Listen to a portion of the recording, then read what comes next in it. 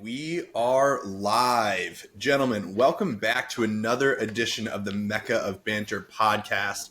I am this week's host, Henry Wind. You can find me on Twitter at Henry Wind. It's a great week to be a Manchester United fan. I'll get it out of the way early. We'll revisit it halfway through the episode, and we'll forget that I said it by the end of the episode. So we're here. And gentlemen, we have a great episode for everyone today. And we have a very special guest. We'll get to him in a second.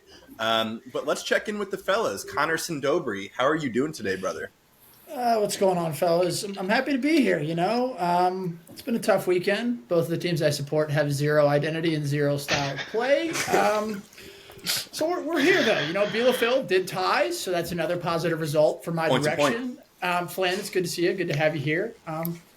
Yeah, excited for this one, I guess I could say. At least the banter is going to be a little bit between Chelsea and Liverpool to take the heat off United. But, Yeah. I'm willing to take it this week. So good to see you, fellas. I dig it. Thanks for being here. Lucas Winkleman, check in, brother. What's up, boys? It's good to be here. This is getting old. Yeah. Hen, I respect you wearing the Barcelona kit after. So Henry and I watched both of those games at the same time on Saturday, and only one of his teams, like you said, or I guess rather like Dobe said, had an identity. So glad you're wearing that. But no, I agree. I feel like, with the Carabao Cup final this weekend, there wasn't a whole lot of Prem games between us. So excited to hopefully dive a little bit deeper into the games that did happen, including the mighty Arsenal.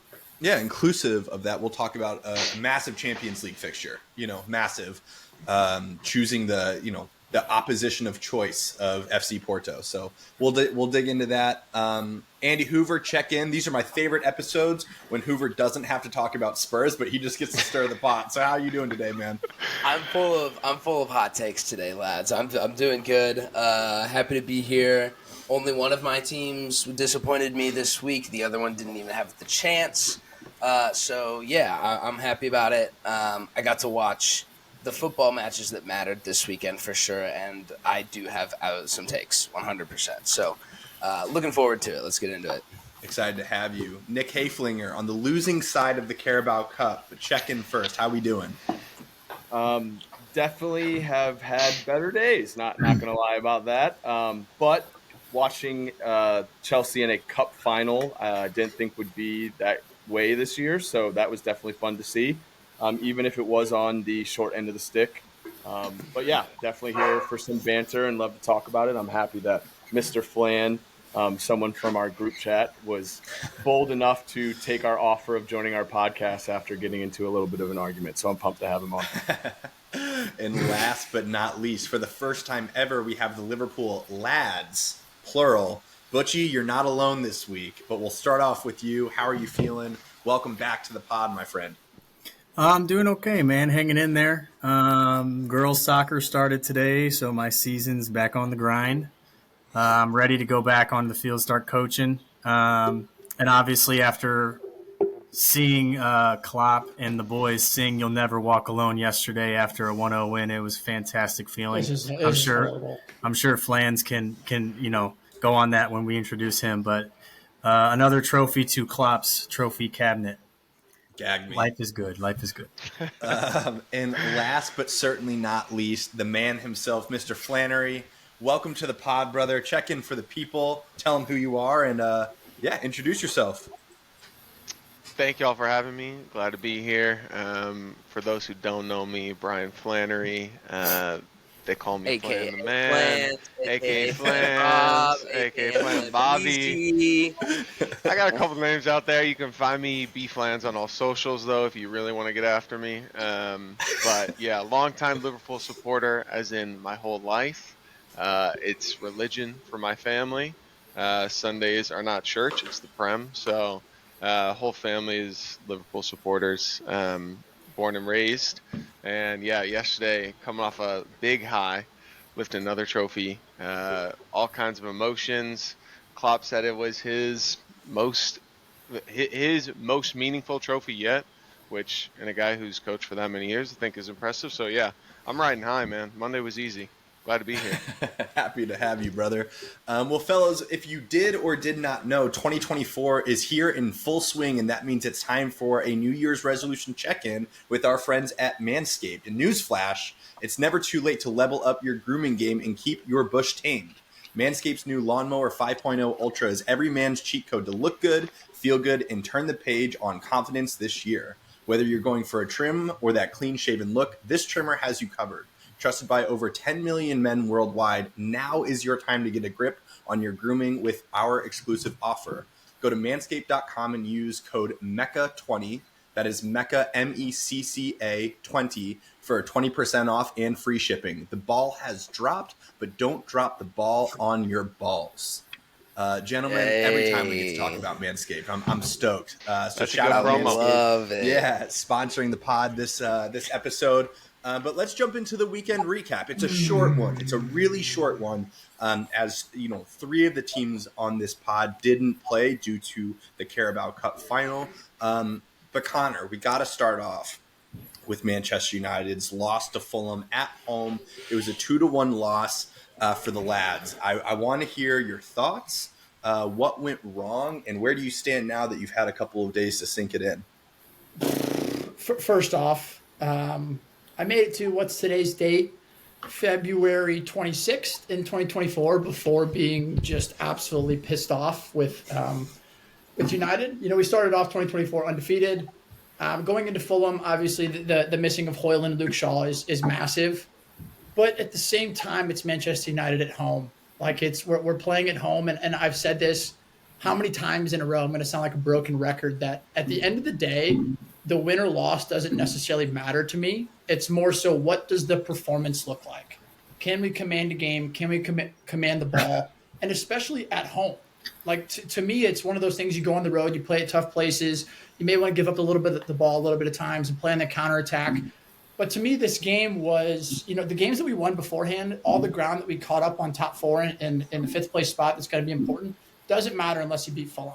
Like, it truthfully doesn't, because instantly we saw Aston Villa take 3 points, get a win, and all of a sudden that gap to 4th is back. And so when you look at the game as a whole, like, firstly, starting at the lineup, we saw Forson, 19-year-old, come into the 11 with Rashford up top. And, like, instantly, I think all of us know how bad Marcus Rashford is at playing as a number 9. Locked that in, yeah. Like, it's never, ever, ever, ever worked with him as a 9. And I said it before the game, and you guys may think I'm crazy. Like, I think we should have played Scotty as a 9. Like, I think we should have played Scotty as 9. As crazy as it sounds, we have Rashford, who's finding some decent form out left, and Garnacho, who's been electric out right. And the fact that we instantly put Rashford up top just changed that dynamic completely. But yeah, I mean, you have to give credit to Fulham in this game. Like, Fulham 100% deserved to win. Like, we scored a goal off of kind of nothing. Like, it was, like Harry Maguire probably maybe could have scored earlier, should have scored earlier with that just right outside the 6. Yeah. But then we did score a goal and get back in the game. And truthfully, if you watch this Manchester United team over the past 2 months, when we score and there's probably 8 minutes left, like, we've typically found ways to go on and score and win games. And so I did think that was going to happen. What you did see is just, you saw that when you leave a counter forward and Harry Maguire on a yellow who can't take a foul, and all credit to Traore. Traore came and ate Lindelof's lunch, ate Maguire's lunch, played a great ball into Iwobi, and boom, all of a sudden it's 2-1. But we have nobody else to blame but ourselves. A lot of people are sort of at this point right now where they're trying to blame Ten Hag. I am still firmly, you can't necessarily blame Ten Hag when you have a fourth choice center back playing as a left back. You don't have a healthy striker. It sort of changes the way that you want to play. I do think that the pressure's mounting, though. Like, it's mounting, even though we started off undefeated in 2024. The pressure has to be there, just because if you listen to Sir Jim Ratcliffe, the new owner's interview, he sits there and he talks about how there's no manager that's been successful at United in the past decade, and it's not necessarily the manager's fault. But what he also followed that up by saying is that Champions League and playing in Europe is important, not only for just, of course, you want to be in it, but for financial reasons for the club to move forward. And so I think that I don't necessarily want to come out and say that is going to be the benchmark for if he keeps his job or not, especially with injuries. But I do think if we keep sort of this moving backwards in the table, and it sounds crazy because there's the first loss of 2024, but it just shows how much pressure he has on him, that one loss like that, all of a sudden we're 6 points farther than that off of 4th, and all of a sudden the pressure is massive for him. So obviously, I have to give credit to Fulham. We looked like shit complete throughout the entire game. There's a few guys that don't necessarily deserve to be lumped into that, I think. Like, even Maguire played well. Delo played well. I thought Onana did everything that he could in that game. Like, there's guys that played well, but as a collective, we still haven't been able to put together. And I think that's still my biggest concern is we haven't had a solid performance in 2024. Undefeated, or I guess we're undefeated, but we didn't have a solid performance in that entire time. Dude, my favorite version of United is the one where Maguire's the best player on the pitch. Yep. Every time. It's fucking hilarious, bro. Mm-hmm. I mean, yeah, he has been, and that's what's so funny is people were talking so much shit on him, but now that he doesn't have the pressure of the armband and he doesn't 100%. have the pressure of being that guy, he's been solid, which at the end of the day, what's important is the fact that if he's playing well, we're going to be able to get 45, 50 million for him in the summer. And if he's not playing, I think that's the only positive to Maguire playing well. We can actually That's very true. Now, Dobes, I'm curious, like, we got to talk about Bruno. Bruno has been one of the most, it's funny talking to a podcast full of non-United fans. It's like Bruno's probably the biggest bitch in all of the Prem, but you can't deny his output since he's come to the Prem. But for the last, I don't know what, 3-4 months, it has not been there. He doesn't look good. And I know that you're a Bruno Fernandes truther, but give me your thoughts on where Bruno is at the current moment and what needs to happen. I think one of Bruno's best qualities is his ability to stay on the pitch, and the fact that he's only missed 3 games over the last 5 or 6 years from injury, 3. And the other couple that he's missed is because he's been sick. That's a great quality to have, but I do think we're getting to the point where we don't have anybody else that can play in that spot, and he needs a break. He truthfully, you see him overplaying and you see him trying to play this hero ball in moments when you're playing Fulham at home. Just put your foot on the ball. Mm-hmm. Get some combination play going with Casemiro, get some combination play going with Kobe Mainoo. That's what they're best at. And every moment to where it seems like, all right, we have the ball, we put a couple passes together, we find Bruno. He's one of the best players in the world. I will say it. Ball comes to him, hitting that one-touch long ball and finding a runner behind, finding Rashford, finding Garnacho, finding whoever it may be in terms of that sort of instant counterattack through ball. He might be the best in the world at just that ball. But it doesn't mean you have to try that every single time you get it. And so many times it's just put your foot on the ball, let's get a foothold in the game, and let's ping a little bit. And that is what we have been missing. Kobe Mainoo is great. He's our best player on the ball in the midfield with the ball at his feet. But we use him as sort of a box-to-box midfielder, putting in tackles rather than use him for his best skill set and keeping the ball. And a lot of that starts with Bruno, because we do find him in those spots where he's dangerous. But even if you're dangerous, it doesn't necessarily mean you have to play that Hollywood ball. Like you see it with a Kevin De Bruyne, you see it with an Odegaard. There's times where they just put the foot on the ball, they go backwards, and then reset, and they say, all right, we're going to reset. We're going to keep the ball for a little bit and suck the air out of the game. And it's just Bruno hasn't had that capability over the last month. And in turn, we give the ball right back to Fulham. And Fulham's a team that can keep possession. And then all of a sudden, we're defending for 3, 4, 5 minutes again, trying to chase a game. And so he's been killing us. We talked about it last week, but to a certain degree, there's got to be some instruction there on that. The best chances you guys had from against Luton and here were, those sweeping balls to a quick counter. That's obviously the direction that you have, and we've talked about how many injuries and whatever, that is kind of just the style you need to play at the moment. But, that all filters back to Ten Hag for me.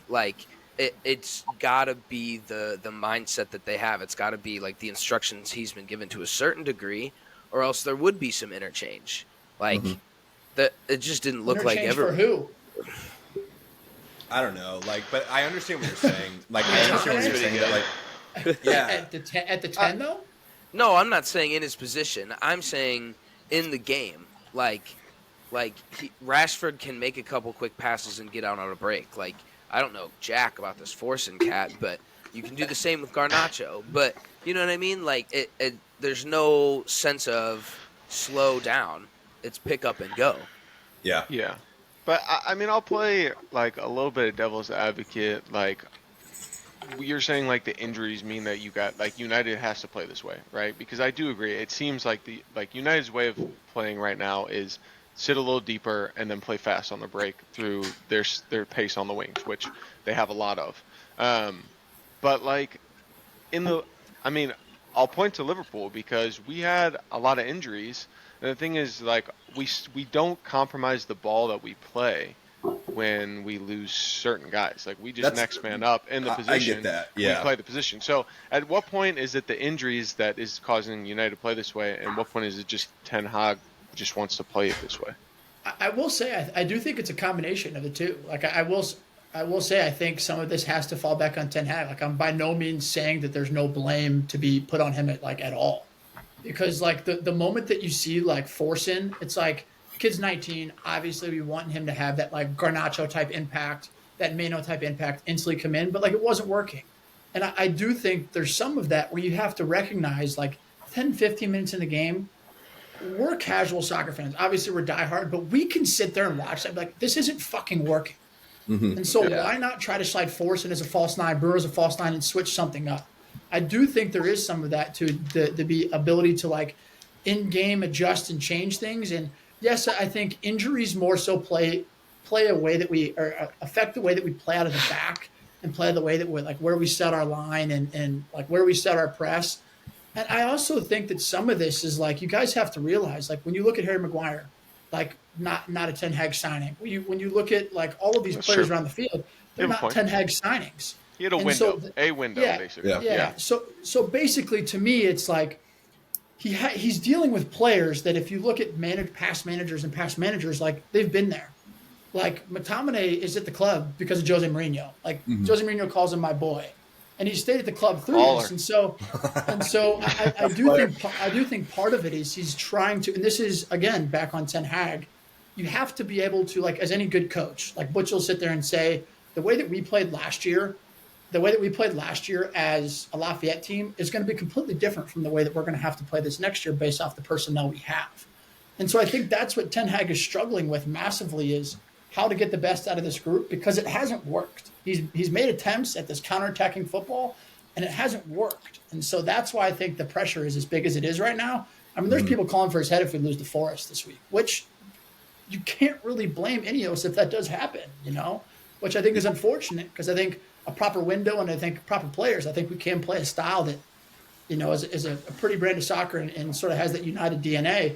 We just haven't seen that aside from glimpses in forever. The only reason you have basis on that too is because he did do it at Ajax. Like we've seen it. There's evidence, there's clips, there's the team and squad he had at Ajax would play really well in the Prem this year. You know what I mean? Like those cuts were good. So that's the only ground I'll give you to you're right, I think. Did it take him a few years to like build a squad at Ajax? Like, I mean, I think the problem with the Prem and obviously in the big four clubs is like if you get brought in as a manager and you don't have instant success, especially nowadays, they'll just rip you. And yeah, totally. Most of the time, ownership will just take you out of the seat within a couple months. Like most managers don't get a lot of leeway. So I think in some of the other leagues and like lower or like mid-table, mid-high table teams, you can get a couple years to build it. But like in the Prem, when you come in, you have to perform right away. And I think the big issue is like, as we said, like I don't even know who this cat was who was playing on the wing for y'all. But your $100 million signing is on the bench because he's so bad. And that was a Ten Hag signing.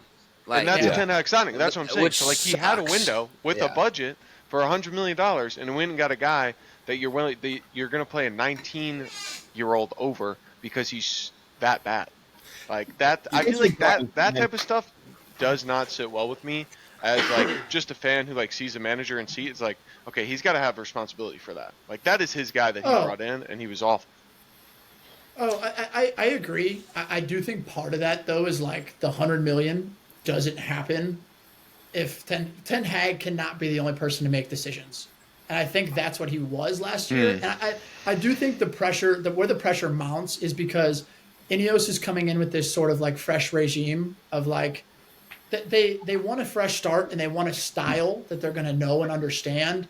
And from top down, that's what they want to build. And I think if Ten Hag wasn't in the United job right now and Ineos is looking at managers, like Ten Hag would be the manager I would go get. And I think the problem that we're going to have now is going to be, I don't really think there's another manager out there right now that I would like jump over backwards to go get besides maybe Xabi Alonso. And he's not coming to United. And so that's where it's like we keep going through this cycle of blame the manager, blame the manager, blame the manager, blame the manager, blame the manager. And finally, we're fixing the internal problem. I'm just hoping they give him enough leeway to get to the summer, get rid of a ton of the deadwood, and then we can possibly That's build. exactly how I feel. Like, if we can get there. That's not the Prem is the thing. It's like Dan said. It's like everybody wants instant success. It might be Ineos. Like, that's the thing. Like, I think Ineos have made it clear, and we don't need to harp on Manchester United for all of this podcast, but I think Ineos in every single, interview that they've done, every outward-facing thing, they've been really strategic about the internal. They actually haven't had any rumors of players, like, at all. There's been zero talk about, people being linked. And I think that Sir Jim, can look at it and see it for what it is, of like the whole internal thing has to be changed. And it doesn't matter, like you said, Dobes, it doesn't matter what manager you bring in. It could be a caretaker manager, and they're going to perform the exact same way until you address what you need to address. If it were me, like, I don't think that Ten Hag is faultless. And Flan, I think you bring up a really good point of like the style changes so much depending on the personnel, and I don't love that either. But if it's me, I'm backing Ten Hag at least through the summer, because like I just recognize with all of the other stuff going on inside the club, like he's still the person that I want to have. I don't want another manager to come in and then this summer be the summer of like, well, I need the summer to assess the players and then we'll do business in January. Like that will make me blow my brains out as a United fan. So don't need that. But agreed. But Lucas, we're talking about this fresh start needed, with Manchester United, and Arsenal was another club that needed a fresh start midweek after coming off of a disappointing loss. But it looked like you didn't give a fuck because you stomped Newcastle 4-1. So while you still can't do anything in Europe, it sounds like the Premier League you're picking up right where you were last year. Don't take your anger out on me. There are two legs to this thing. Second leg's at home. It is going to be a fucking 180. Still, but y'all killed Newcastle, and I want to hear your thoughts on the game. But what is this now? 22 goals in the last 4 games or whatever it's been. Like outrageous. I think it's more than that. But yeah, man, moved within 2 points of Liverpool, one within City at the table. So obviously it's a close race right now. But yeah, what can you really say? I feel like we're so fucking fun to watch right now. 6 straight wins in the Prem in 2024. I feel like the story is continuing for us this year. We're scoring a lot of goals. Those goals are coming from all over the field as far as who's scoring them. Speaking of which, our backup left back now has 3 more goal contributions than your $100 million winger, which is really exciting for us. But a quick note, Dobes, Nate, and I were talking about best bets for this game on Saturday morning, and we agreed on the over, and then Dobes had a pick for Saka scoring. So, yeah, bang on that. Just let me know what you guys need, and I'm here for you. I'll help you guys out. Appreciate that. And I think you said you had said that day that you even bet the over on United's game, so even when you lose, you win or something that. I was like, that was such a line. But no, we put on an absolute clinic. Yeah, Newcastle kind of has the injury bug right now and looked miserable the entire game outside of their 84th minute consolation goal. But although they looked awful, partially due to their own, turmoil, that's also partially due to the way that we were pressing and the energy that we brought to that game. I think at home in the first half especially, they had trouble stringing together more than a couple passes because of the way that our guys pressed and defended as a unit. So that was super exciting to watch, just as much as it was watching us put up 4 on the tune. I think for us, set pieces continue to be a huge point of success as well. 2 goals from corners in that game, leading the Premier League, give us the trophy for 4 goals from set pieces, even excluding penalties. But I think one of the big things I want to take away here, now that it's been enough games consistently that we've been scoring goals, I think we have like at least 2 goals in like 7 straight halves, which in the Premier League, which is a crazy stat too, and I think is a record for the competition as a whole. But last year and in a few of the games early on in the year, we were traditionally winning a lot of our games in tight manners, like in extra time or late in the second half, whatever the case was. But right now we're winning games easily. And I think that that's a huge sign of kind of how the system is finally coming together, but also how our summer signings are really starting to fit into the team. Kai's, been consistently way better than he has since we signed him. That chant is unbelievable, by the way. know. I hate it, but it's unbelievable. Kai Havertz scores again. And then on top of that, the drastically low, XGA that we have when we play these teams too. But, there's not too much else to talk about this game. I think in a similar way to what City did to us last year. I've said it before and I'll say it again, but it's crucial to, win games that you should win and then put pressure on the teams that are in front of you and capitalize on those opportunities. And, we did that in a phenomenal way on Saturday. So super, super happy right now. Dude, Newcastle's the type of team right now to get pressed and just vomit on themselves. Like, they have zero ability to play out of a press. And I hate Bruno G so much. So watching that was like even better. Every time he received the ball in turn, Declan Rice was fucking all over him, and it was Declan Rice is a fucking signing and a half. Jesus. Yeah, he's been great. I'm kind of surprised that Eddie Howe hasn't been dropped as a manager, been sacked as a manager. What are they in, like 10th right now? I mean, they're not doing well. They had a ton of injuries this year, though, too. Last year was a fluke. They got hammered like early year, mid-year. Yeah. I think right now their squad is honestly like they're getting back to what they were. So like, even more props to you. Huge. Isak is a huge part of their team. Almiron's back. They have Loris Karius, so as a Liverpool fan, good luck to him.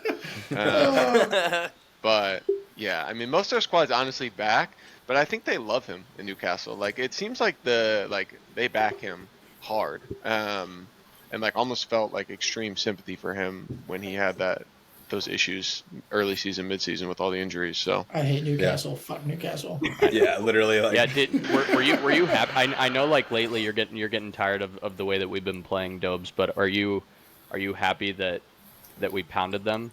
Or would you obviously for you guys in a perfect world probably a tie would have been ideal, but knowing how much you hate Newcastle. Brother, I am anyone but Liverpool or City winning the league, so I told you, you guys have my league. Disgusting. You guys have my league. Disgusting fans. My boy. Well, Lucas, we'll get back to you in a second when we talk Champions League, but let's move to the main attraction, fellas. The Carabao Cup, which, if you've been a fan of this podcast for any amount of time, you know the absolute reverence that we have for the Carabao Cup on this podcast. Here we go. We hold it up there in the highest regards, along with the League's Cup and Champions League. So World Cup, the Club World Cup, all of them. Yeah. Pretty close. So for those of you that didn't watch the game, Liverpool won in a 1-0 game against Chelsea in extra time. And what was the headline? It was Klopp's kids beating the $1 billion bottle jobs. I think that's how the title read. And honestly, I don't know where to start with this. But I think with the special guest, Flan Butch, I think we'll give it to the Liverpool guys to start off this game. Flan, I'm going to let you kind of start it because I got to watch the first half on the way to the. I got something to say to Butch and Nick at the end of this. So yeah, okay. Go ahead, Butch.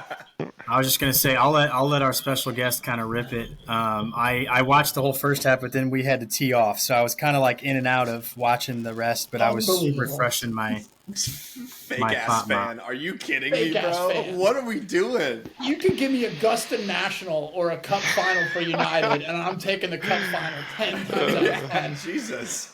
Okay, I was committed to playing golf, but I'm happy to kick us off. I had a couple thoughts, so I'm gonna rip them off real quick.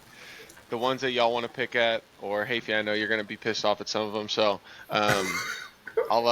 we can tackle them as we want. But first note that I had like immediately following the game, Virgil van Dijk was robbed of a Ballon d'Or. He is in top form. He is in top form this coming out season. swinging, bro. What are we talking about? Absolute colossal performance. I was going to compliment him too. Yeah. Absolute colossal performance. He's played in 4 finals, won 4 man of the matches. He played really well yesterday. I thought it was like a statement game for him. Stat? 4 out of 4 for man of the matches. I don't know if it's every final he's been in, but he's definitely played in 4 finals and won 4 man of the match performances. Yes. Wow. Including the last Carabao Cup, which we won 2 years ago. So, yeah, I thought it was a big game for him for multiple reasons, especially like the youth in the squad. I think like it was a real game for him as one of the senior players to really shine. First time lifting a trophy as Liverpool captain, so sort of like solidifying himself as Liverpool captain. I thought that was huge. But yeah, I mean, he scored the same goal twice, just as like an emphasis of like, I'll do this shit again. We're gonna win this game. So amazing performance there. Wataru Endo, we're talking about signings and the importance of like good signings. £16 million for that guy was absolutely absurd. I do remember actually, like, funny enough, Klopp put out a video after we signed him, like asking Liverpool fans, like, please, like, trust me on this one. Like, I know like we were missed out on Caicedo, we missed out on Enzo. Like, what were they calling him? Chelsea called him like the LFC midfield because we lost. Dodged a bullet. Fernandes, the guy who hasn't played at all from I don't know, young kid, Yeah. and then Caicedo. We missed out on all 3 of them. We bought this 31-year-old. When like we had just sold our whole team because they were 31, 16 million from like some German club, but that guy is absolutely incredible. 31. He's a baller. Yeah. I think the like undervalued like captain of Japan. I think anytime you captain a good national team, you're somebody. So that should like speak to it already. But yeah, he's been lights out with us. We haven't lost a game that he's started all year. I think he's started now 16 games. We've won 14, tied 2, and have like a plus 36 goal differential in those games. So he's an absolute machine. Yeah, like props to him. He goes by his business quietly, but fantastic player. I think, as Klopp was saying, like maybe one of the best trophies he's won, definitely at Liverpool. Obviously, it's Carabao Cup, so like you don't want to overstate it, but just like in a season where we felt like we should have no excuses. Like there were so many excuses we had for this game. We come into the match missing 6 starters. We instantly lose like one of our decent midfielders and have to bring on a kid like within 20 minutes. So it just felt like holy shit. Like we knew we were gonna be subbing on 16-year-olds once we got like late in the game. Of course it goes extra time. We don't have any 16-year-olds. Of course it goes extra time, so like we have to bring in on more like teenagers and academy players. So yeah, like I just feel like that to pull it out against a squad that has a lot of talent. Like there is a lot of talent on Chelsea. They haven't had necessarily on a younger squad this year, but there is a lot of talent on the Chelsea team. So I felt like it's just like a huge trophy for us to win. So don't make me do it, Nick. Just don't make me do it, man. Yeah, I think this also just speaks to Klopp's legacy. Like, as far as speaking of Ten Hag and like the ability to really like build a program, like I think this speaks to the fact that, and I sort of thought about this when you were mentioning the fact that he only had a window, is because we've had Klopp for 8 years, we can bring on academy players and bring up academy players because top to bottom the club is playing the same type of football. System. Like we have a system. We have implemented it across all of our youth teams so that we can pull from our U21s, U18s, if they're stars shining, and put them into the senior squad.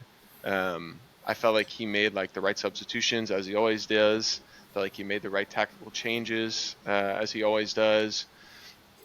Dude, yeah, I mean, some of these kids could have been 12 years old when he started at the club. So like you're 100% right. You literally go out and you can start to be nitpicky on youth players you're bringing in because you know that this is going to happen.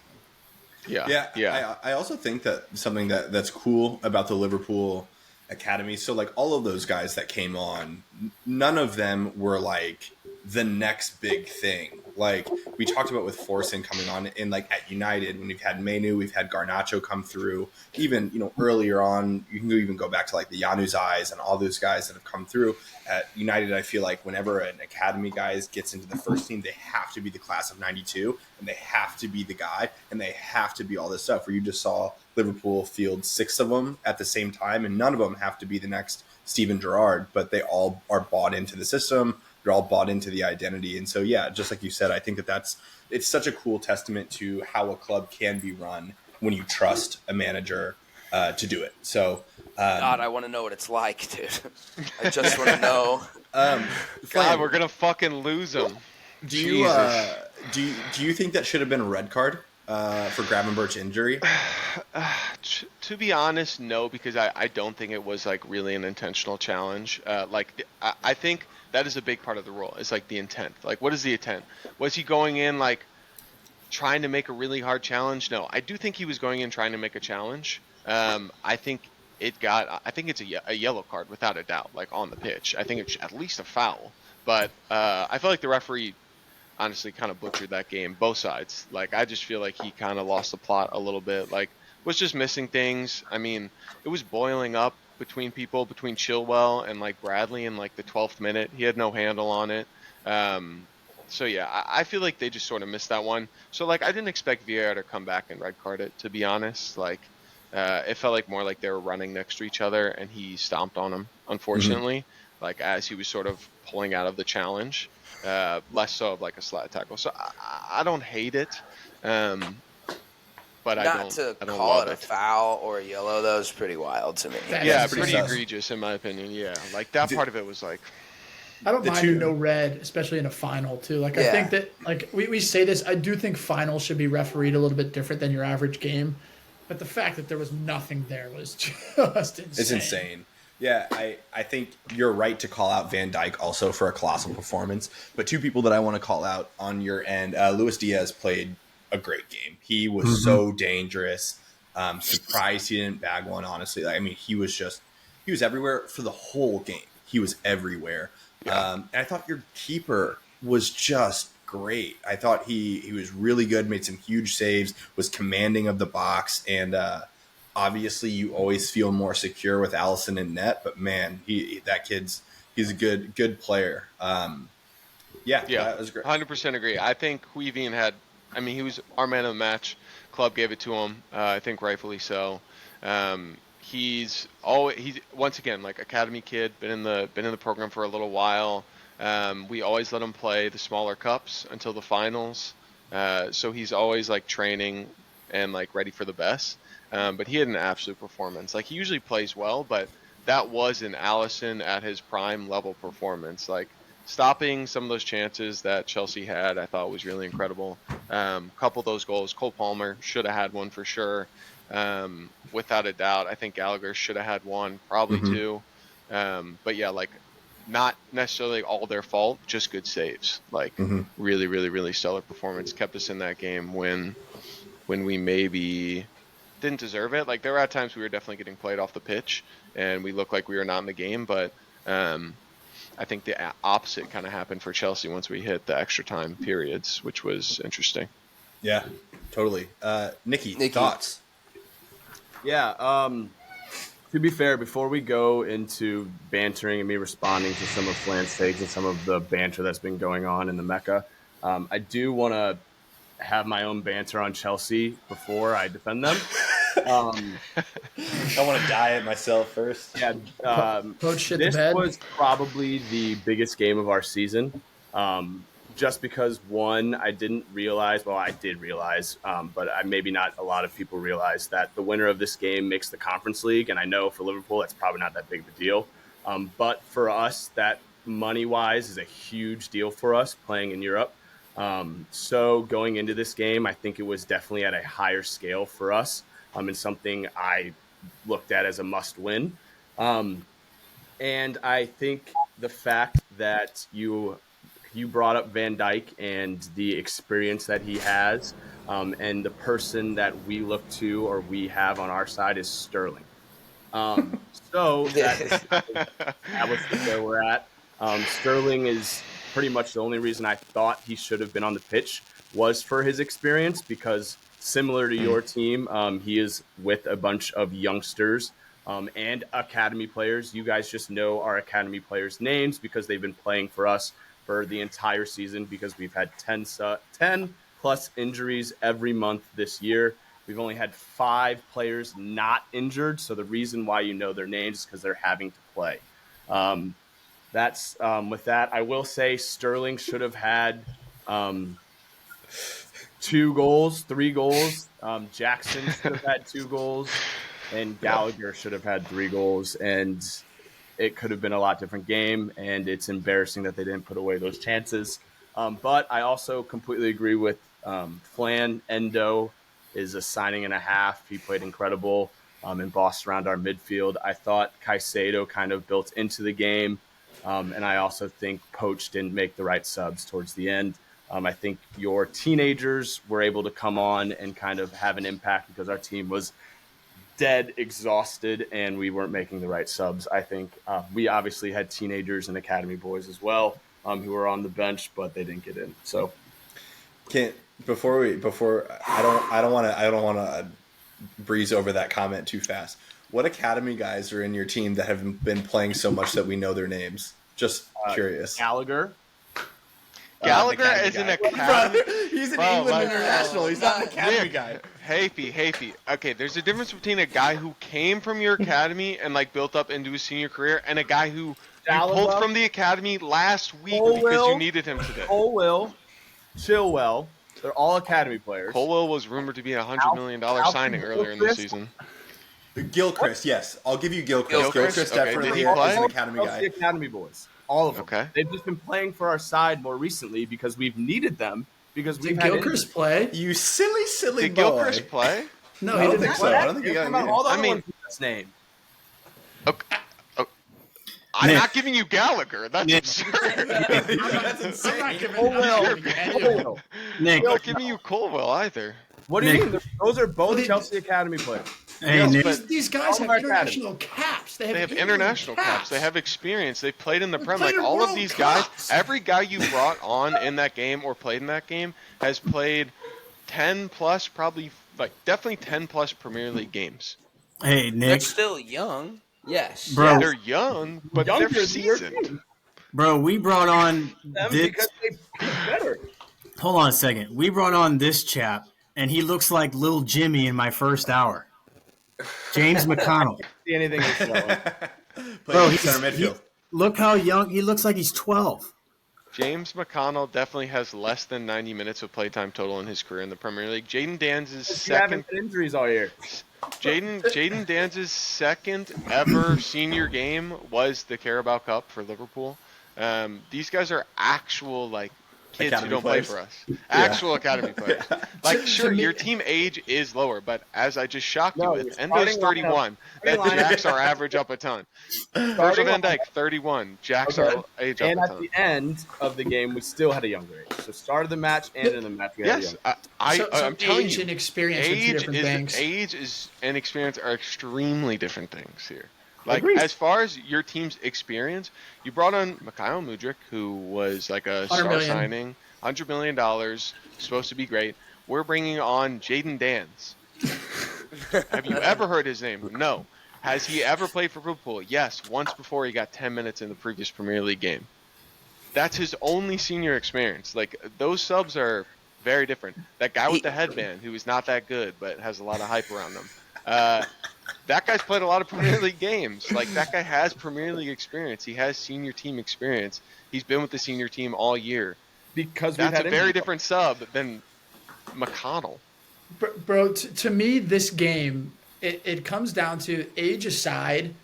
When you look at the two managers and the way that this game was handled towards extra time, that's the difference for me. 100%. Yeah. 100% agree with that. 100%. Chelsea had this game by the scruff. They were playing against inexperienced, I'm not going to say young, inexperienced Liverpool players playing in a final at Wembley. And all of a sudden, Liverpool comes out and these kids had a few minutes in the game and they're like, Chelsea's sitting off. Let's go take this. And so much of that is Klopp coming out in between and being like, all right, boys, we can let's go for this. Why not?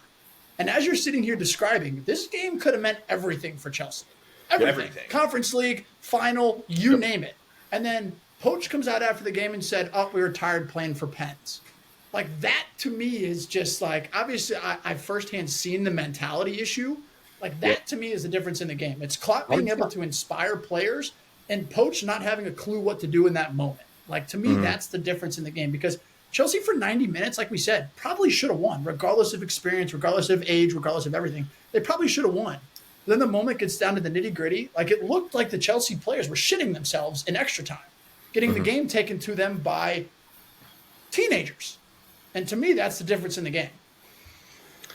I think Connor Bradley making a challenge on Chilwell early in the game and getting electric. under Chill. The thing is like, you know, Chilwell's your captain, and you get him ruffled by a kid who's however old he is, and it doesn't really matter the age, but I think it just shows that one of your more senior players in Ben Chilwell should be like this like captain figure, and he gets ruffled right off the bat. 23. Yeah, but he's your captain. It doesn't matter. Like that's the thing. Like he does. You know, if you have I agree with that. I agree. choose Wait, any Chilwell's 27, isn't he?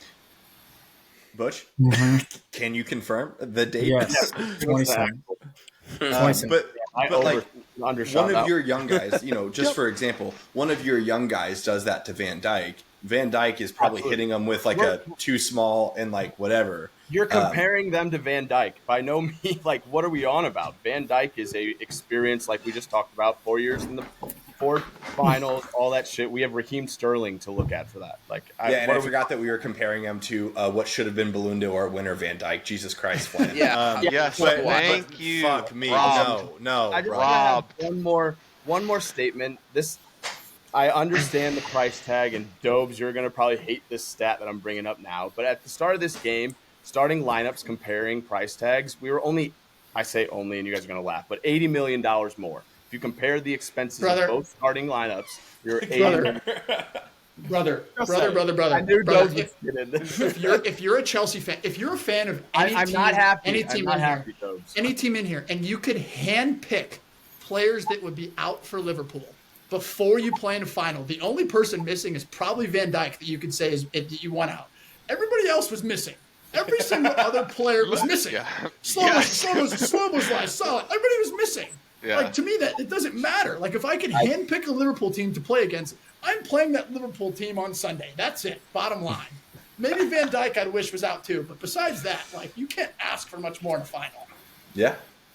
I did love like late in the game, they panned to like Salah, Szoboszlai, and someone like in the stands watching the game, and they just looked like a couple of local lads just enjoying the game, which I love. Just chilling, ready for some bevies, man. Yeah, they're just getting after it. I'm really intrigued, Flan and Butch, and you guys as well. I saw it thrown around in our Mecca. What is Chelsea's A team to you guys? Just pick a group. Pick a group of the 47 guys you have contracted. It's like, can you guys pick an A team? Like, I think absolutely. Every position has an injury, and every position is that question in my eyes. No, I mean, to be honest, the lineup that you guys played had a pretty decent string of games. I think that's your A team in the Premier League that resulted in wins. We have not had consecutive game lineups. No, the only positions that have changed a little bit in the past few weeks. I went back and I looked at the lineups because I know you were going to bring this up. I looked at the Chelsea lineups. The front three of Cole Palmer, Nicholas Jackson, and Sterling has been fairly consistent the whole year, certainly in the past 3-4 weeks. And you've gotten results with that lineup. Gallagher has been in there consistently as well. Caicedo consistently, Fernandes consistently. Gusto has been an absolute rock star at right back. And to be honest, I think Diaz takes over that game even more if Gusto doesn't play the way he does. Yeah. Gusto had an absolute man-of-the-match performance against City, was on an island all game, and absolutely showed out, balled. Disasi also had himself a game against City. Honestly, he's been in and out, though. Your two center backs have definitely changed. Our entire line could be a whole different back line with our injuries. Yeah, but the guys you weren't there are the guys you played. You want that's what I'm saying. We have never seen a starting A side of Chelsea play together yet because we have injuries throughout the entire year. I think you just saw them play Sunday. This is the A team. This is the A team. I can question and argue, guys, each position that you just said. But who would you replace? No, I'm not saying that I personally would replace, has but been Reece James would start over Gusto at right back. Fofana could start at center back. Silva could start at center back. I'm not agreeing with They could. But I'm saying who is your A team? An A team. We don't know. We haven't seen them. They've been injured. We haven't seen those duos together. I haven't seen a side play consecutively to even establish an A team. I agree with you that the front three were collectively similar, but I can argue each one that new people should come in and play those positions. Is that on Poach? 100%. But as far as this being our A team, I have no idea where you guys are getting that from, and I would That's love. Cope. That's insane, Cope. There's no way. Like, that's outrageous. If we take a step back from the injuries, and you look at the game itself and the weeks that you've had leading up to the game, this has been some of the best football that we've seen from Chelsea. And this year, I think so 100% consistently. So I think if you look at this game, and we've talked about it, we don't have to beat a dead horse. You wanted to win this not only for the things that were on the table, but also because this is a weak Liverpool side. And like when we say weak, we mean pretty weak. So at the end of the day, who would you switch about how they're in? Incredible last week because they have the ability. Like, what are we talking? But what players in this game, even if they were uninjured, who would you have wanted instead of Colwill or?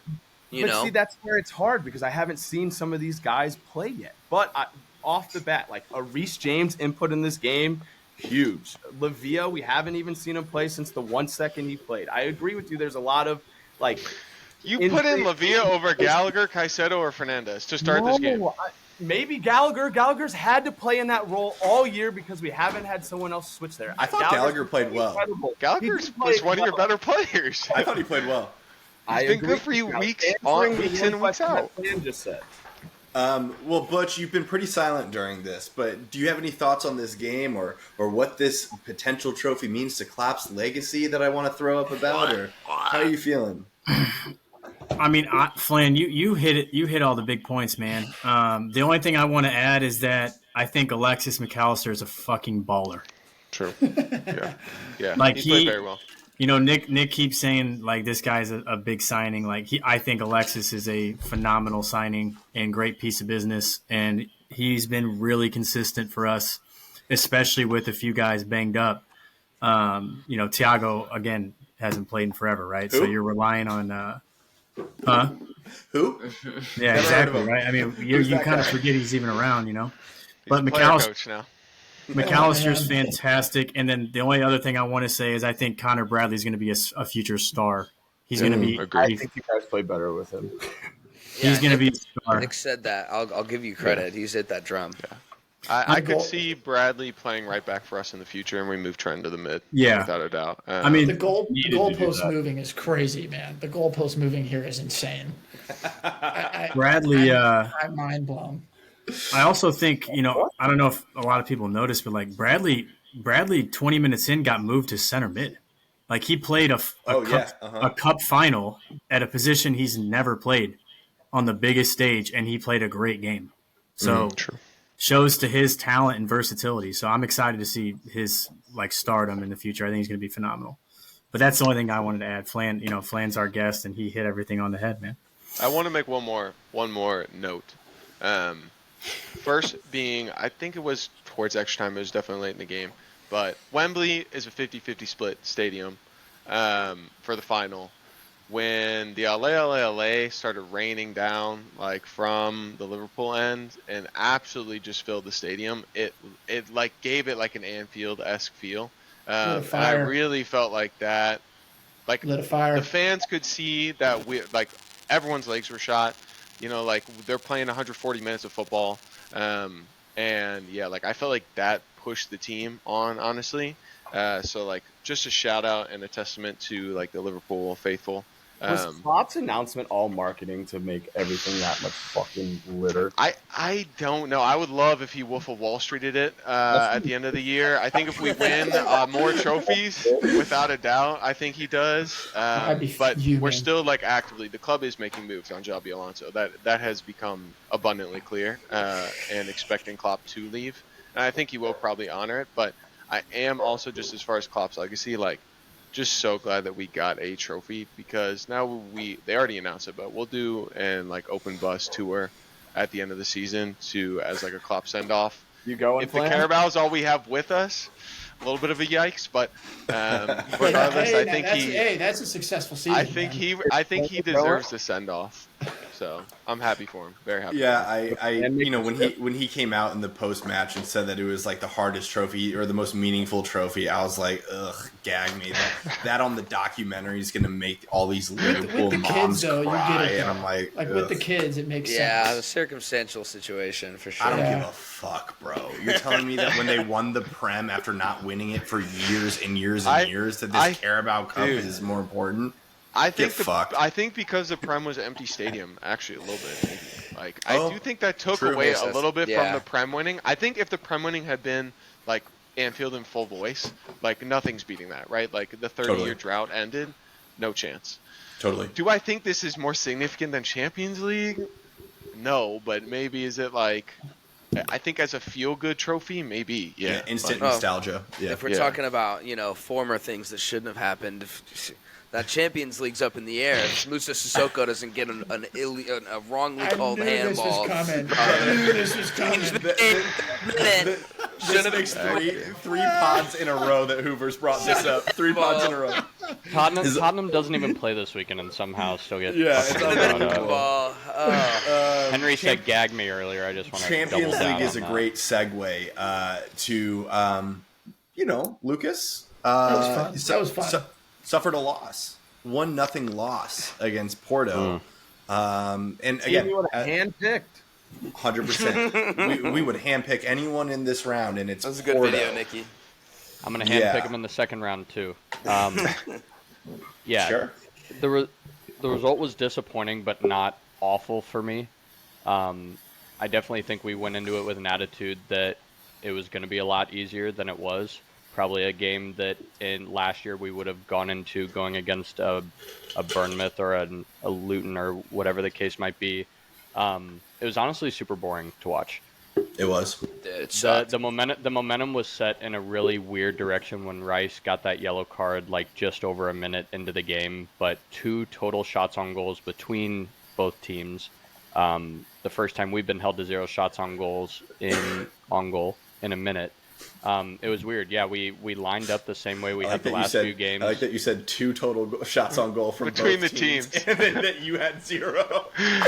Spin zone, baby. That's unbelievable. And then I shot myself in the foot. No, just to say, like, the fact that it was a boring game, there were only 2 shots on goal collectively, and that we were also held to 0. So we had lined up the same way that we had the last few games where we were scoring 4 and 5 goals a game. Had plenty of possession, but for those of you that watched it, like almost all of that possession was played in front of Porto. So like, whereas the last handful or more games, we've had the majority of possession, but so much of that was playing in between, through the lines, in behind, different things like that, and we just like didn't threaten in the final third whatsoever compared to the way that we had in prior games, outside of a few little moments from set pieces that didn't go on goal. So I don't know. We struggled to like get any rhythm going. We were passive. I really don't know what to say because it was so drastic. We looked so drastically different than we had any other game in this calendar year. Galeno's goal, yeah. No, I was just gonna say, like, I'm curious your thoughts because I feel like with the current team and with Arteta, like obviously you guys have insane talent. You've been absolutely bagging goals in and around this Porto game. But I feel like these type of games like happen or can happen, and it's the only thing that's stopping Arsenal from like leading the league right now, or like really being contenders in Europe. What do you feel like is like the missing link for when these type of games happen for the Gunners? An out-and-out striker. You got Kai. Remember last week when Lucas was like, we don't need a striker. But when you have everyone else performing like they have, bro, fucking clip it up, bro. Unbelievable. Say it, Lucas. Say it. But also last week I had said that we didn't need a striker. Thanks for letting me finish. There you go.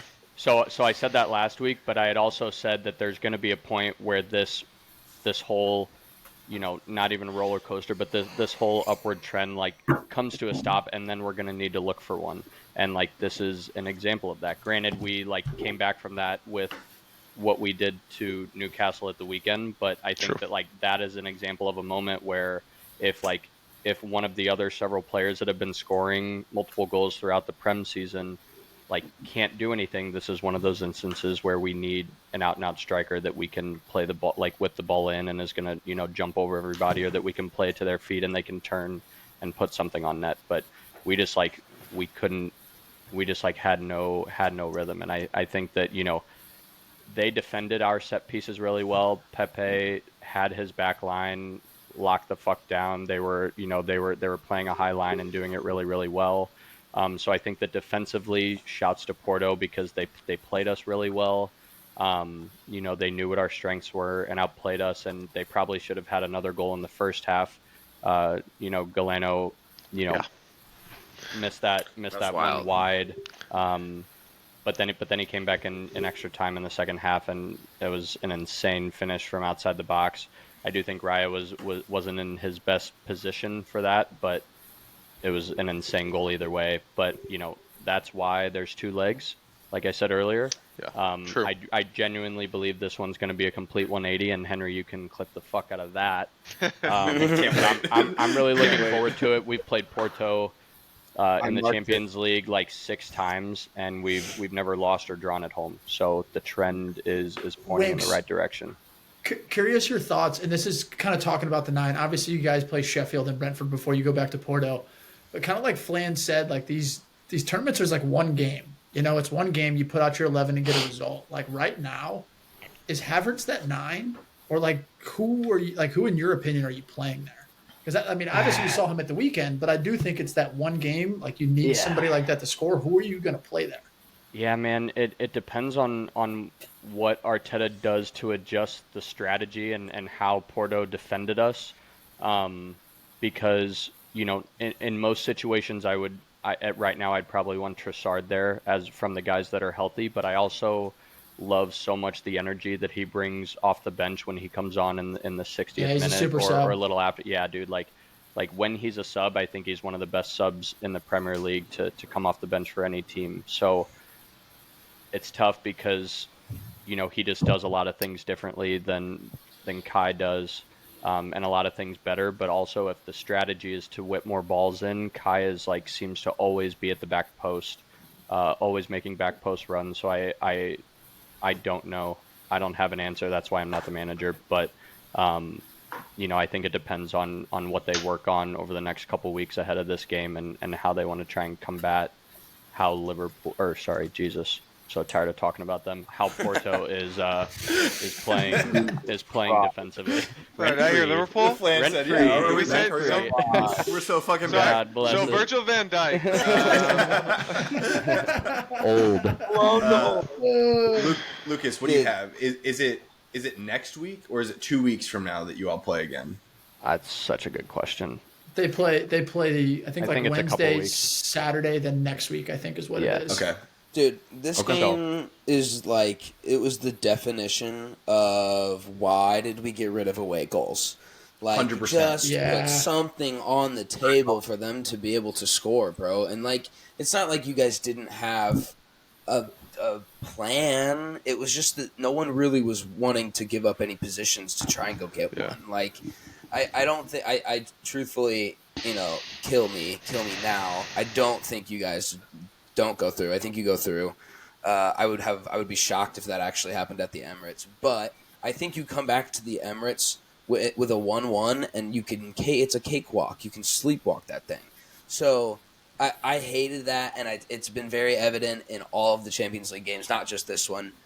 They've been not nearly as fun to watch, in my opinion, this year. And there's not been good draws, and go on and on. But I think that the one thing I want to point out though about how the draws for this round have been boring, I think that's going to set up really, really interesting. Yeah. Assuming that the teams that should go through, that's going to set up a really interesting set of quarterfinal, semifinal, and final games as far as matchups go, because that means that a lot of the powerhouses aren't getting knocked out. What'd you say? I said, don't count out Porto. We say no. I'm not saying you, but I just mean every year, Porto seems to be one of these teams that are in these games. Every single year, they're one of these teams that are somehow in the quarterfinals or the round of 16. Third in the Portuguese league, but show up to. That's what I mean. Like one game, like when like Pepe, you know, like they just have something about them that like I hate they playing never know. Portuguese teams in general. Always. Any of them. I hate it. I also think you guys have to play your dogs now in that game. And with That's the a good title point. race, Yeah. with the title race. We played our dogs, in the first leg, so it's. Yeah. No, but I'm saying if you win a comfortable game there, then the next leg you don't have to play your dogs again, and you can focus on the Prem. What was the age difference between the average age of Arsenal and Porto? That's what we need to know. I think Pepe brings that age about 5 or 6 years. Dude, Pepe's like 50. How old is that guy? I think he's 41. Yeah. 40. But thankfully, the weekend before we play near relegation Brentford side, so maybe that's a game where we, rest a couple of them and, ahead of that, knowing that we're going to have to play all the dogs for sure. 100%. And I think on top of that, we're pretty healthy. We're going to have Yuri and Timber back by that time. Party should apparently be back by that time, but maybe that Brentford game is a game that he plays since he hasn't played in forever. But I think that with the guys that are coming back from healthy, Zinchenko should be back, Gabriel Jesus should be back. So, I don't get to say this often, but we've been very fortunate in the injury department to be majorly, whatever the word is. Words are hard to hit apparently, but tough. We've been fortunate that I haven't had to complain about injuries this year. So we'll see. Well, gentlemen, the MLS is back. We had 2 games. We had a CONCACAF Champions League game, and we had the MLS Match Week 1. But before we dive into St. Louis City, is it just me, fellas, or are we fucking sick of Inter Miami being plastered everywhere, and it's on everyone's tongue? It's the most ludicrous thing I've ever seen. Yes. Go make your money, right? Like, I guess, bro. But dude, give it a break. It's the most frustrating thing in the world. Frustrating thing in the world with them.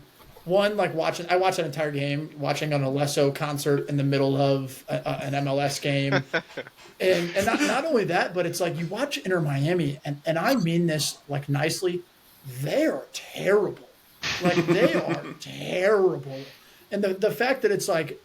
The Galaxy should have won that game, and not to like detail this game. Galaxy should have won that game by like 4 or 5 goals. Busquets should have been sent off 2 or 3 times. Like the bias that Inter Miami is getting, and I understand it. It's Messi, it's the money. He's getting revenue from Apple TV signups and all this different shit. But like at the same time, it's not like they're gonna. I don't think that they're gonna walk into any stadium, at least with a Suarez who's sitting there quite literally limping every single time he runs. Like he's still playing.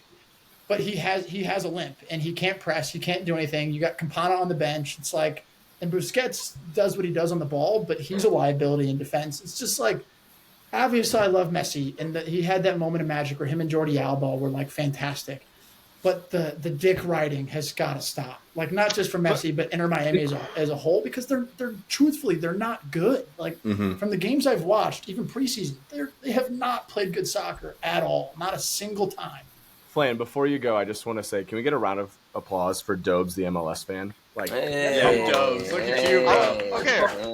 I watched a Fire game this weekend. I watched a New York game this weekend. This directly helps my point though, because in America, us 7 sitting here are the minority, as in we religiously watch footy. We understand footy, very some much of us so. more than others, for sure. Some of us more than others. Very much. Hey, Fee, still learning. And we played at a very high level. He hasn't been a fan that long. He is still learning. And we played like at a high level or like competitively. So yeah, dude, the co-league beer league team I was in at Missouri State was huge. We exactly. could have all signed, brother. Okay, so continue. Regardless. The point of the MLS, like our biggest gripe with it is that it's been like bad, right? And it's not very good, high quality soccer at all, like in any way, shape, or form.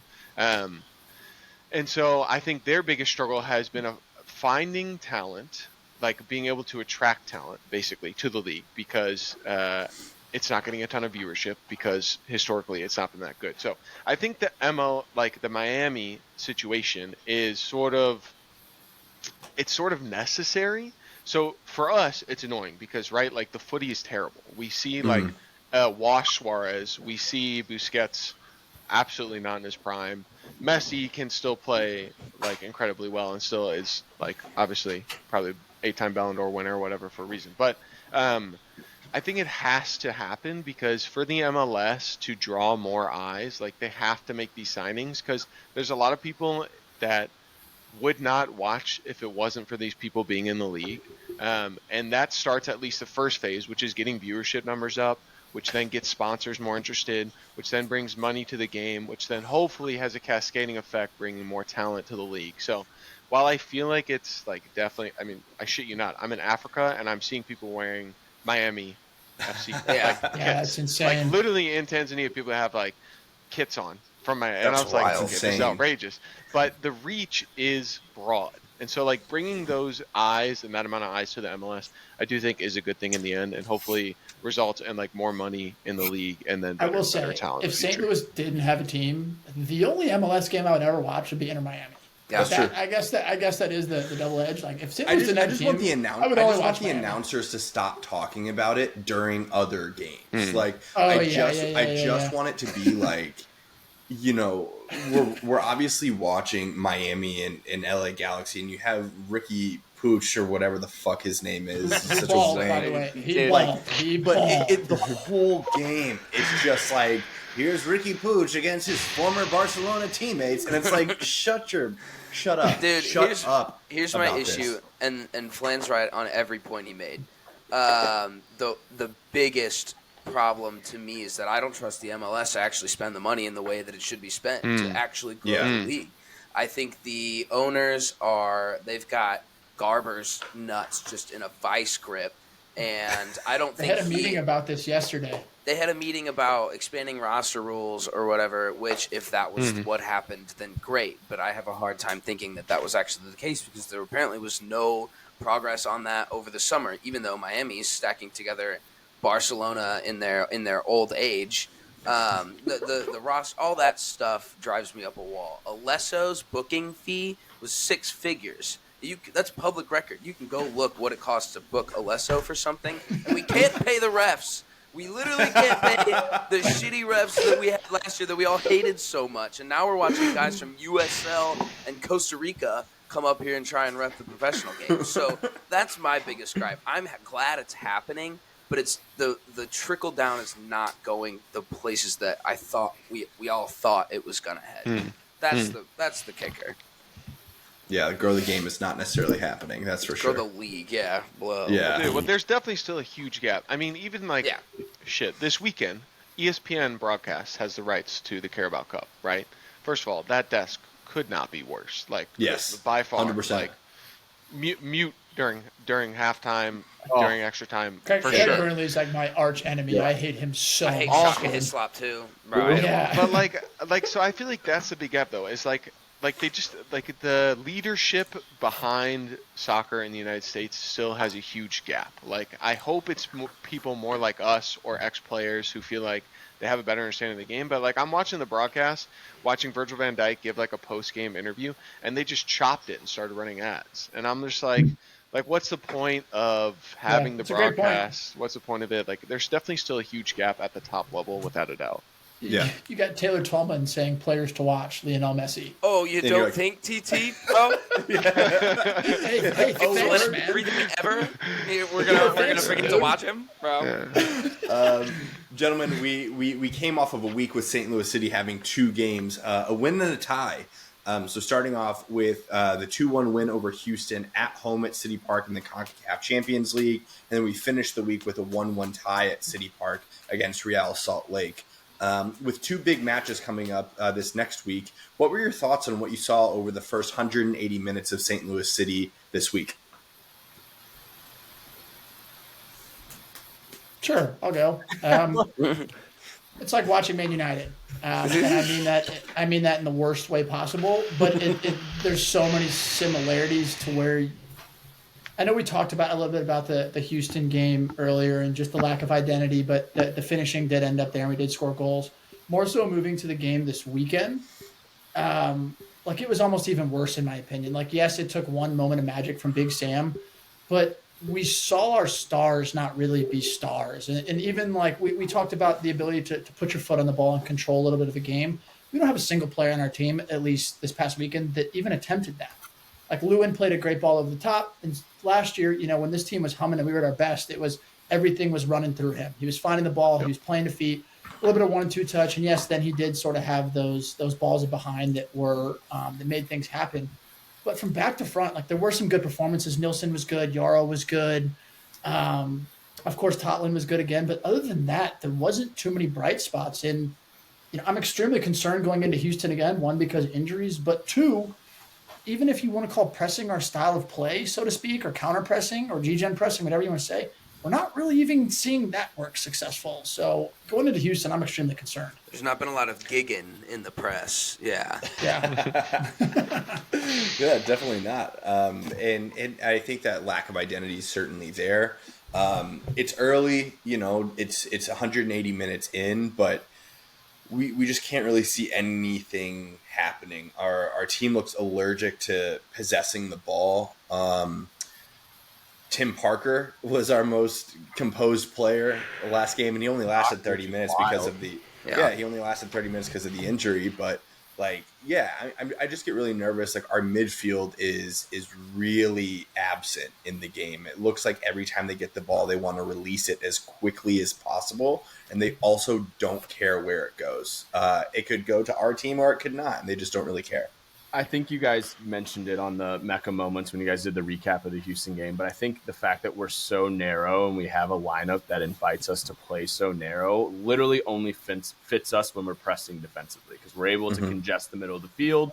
But when we want to try or attempt to possess the ball, we need to get wide and we need to get width and we need to have space to do so. And I think that because we play so narrow that it's literally almost impossible to do. And I think you hit it right on the head, Dobes. Lowen used to be that person who would, like last year, he would kind of calm things down so we could break out and get the width. But I think because we've been playing so narrow, I also will say, I've mentioned it to you guys before, like the center back partnership I've been watching it. I watched both games with that, and it's just the spacing and their ability not to pass off players and call them out when they're making the runs is really glaring to me, and I hope we figure it out as the year goes on. Yeah, I was excited about the lineup too. Like I was really excited once I saw the lineup. The goal for Real Salt Lake happened because of exactly what you said, Nick, where Nerwinski was in, didn't track the runner, he got turned, could have fouled him, didn't. Like it comes down to split decisions whenever you play defense, and you have to just make that choice. Even going back to the United game of like Maguire's on the yellow, like you could have taken the yellow there, been out for the next game, but then we would have held the result, and just is what it is. So yeah, it's certainly frustrating, and yet again we see that the Klaus and Sam partnership doesn't work in that first game, and then they didn't even get the chance to try it in the second game because as soon as Sam came on, it was for Klaus. And I think the fixture congestion is a little bit interesting. 2 weeks in, having 4 games, it's a lot. And so I think that is a little bit of the reason for the substitutions in the last game as early as they were. But it kind of makes me nervous going into this next game against Houston on Tuesday, where, we signed Michael Wenzel to a short-term deal at the center back position. That tells me that he's probably going to play on Tuesday night. We did the same thing with Bartlett last year, where we signed Bartlett to a short-term deal and it ended up being through the end of the season. But we did that, and then Bartlett played the next 6, 7, 8 games. So I don't know, maybe we see a world where... Go ahead, sorry. Wings was... No, you're good, you're good.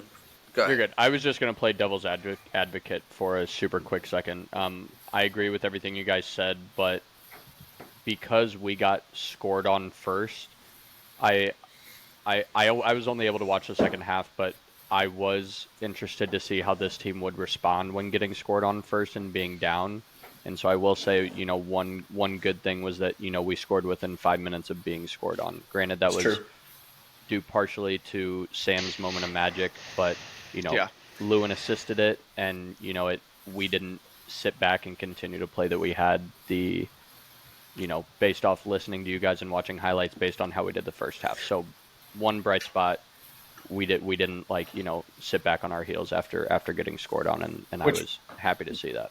Which I was scared would have been the first year thing from us, but the fact that we're still having that in year 2 makes me happy as well. The last 15 minutes were the best. It was the only time we looked threatening the entire game. So I'm 100% credit where it's due on some things. I also think RSL deserves a ton of credit. They're good. That midfield three and Luna slide in there as well. They were fantastic. The way that they could keep the ball. I know it's not in our DNA and the way we're going to play, but they have all 3 players in that midfield that could kind of interchange and move different spacing. And the way that they kept the ball and moved through their progressions was fantastic. And I do think they're going to do some damage this year in the league as well. So taking a point, obviously it's not what you want, but like you guys said, it's a good point, Winks. Devil's advocate is we are injury ridden. Lewin, Nielsen didn't get a preseason, and we did come out of there with a draw. We're still undefeated. So we also a great academy.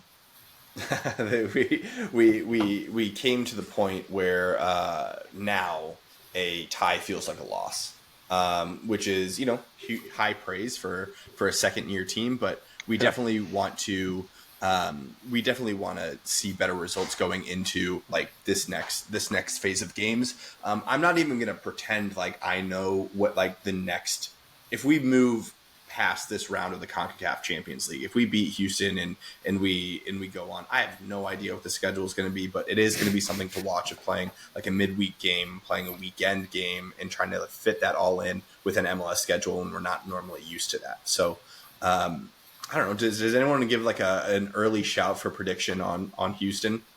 9:30 kickoff game, which what the fuck, but 9:30 on Tuesday night. We need a Cardinal masterclass. That's all I'm going to say. We need him to get this right. 1-1 draw, and we advance through that. Yeah. Yep. Yeah, here for it. I would like to see Durkin, and I texted this to Hoovenhen. I do think, I know he's young. He's going to be needed eventually. But Kojima is one of the few guys throughout all of preseason that I saw could put his foot on the ball and be willing to play some progressive passes and slow it down. Durkin as well. I don't necessarily know if Cardinal has that trust in them yet, but I do think that that's where we need to get. We're about to trust a super draft center back, though. So here we go, baby. Ain't no thing, baby. Ain't no thing. Well, gentlemen, that wraps for this week's episode of the Mecca of Banter podcast. I want to thank you all for listening. Again, shout out Manscaped. Mecca 20 for 20% off and free shipping at manscaped.com. And from all of us here at the Mecca, cheers. Thanks, Flan. Cheers, boys. Big shouts, Flan. Yeah, cheers. Thanks for having me. Hell of a Yeah, performance. big shouts, Flan. Yeah, well done. Cheers, fellas. Yeah. Cheers.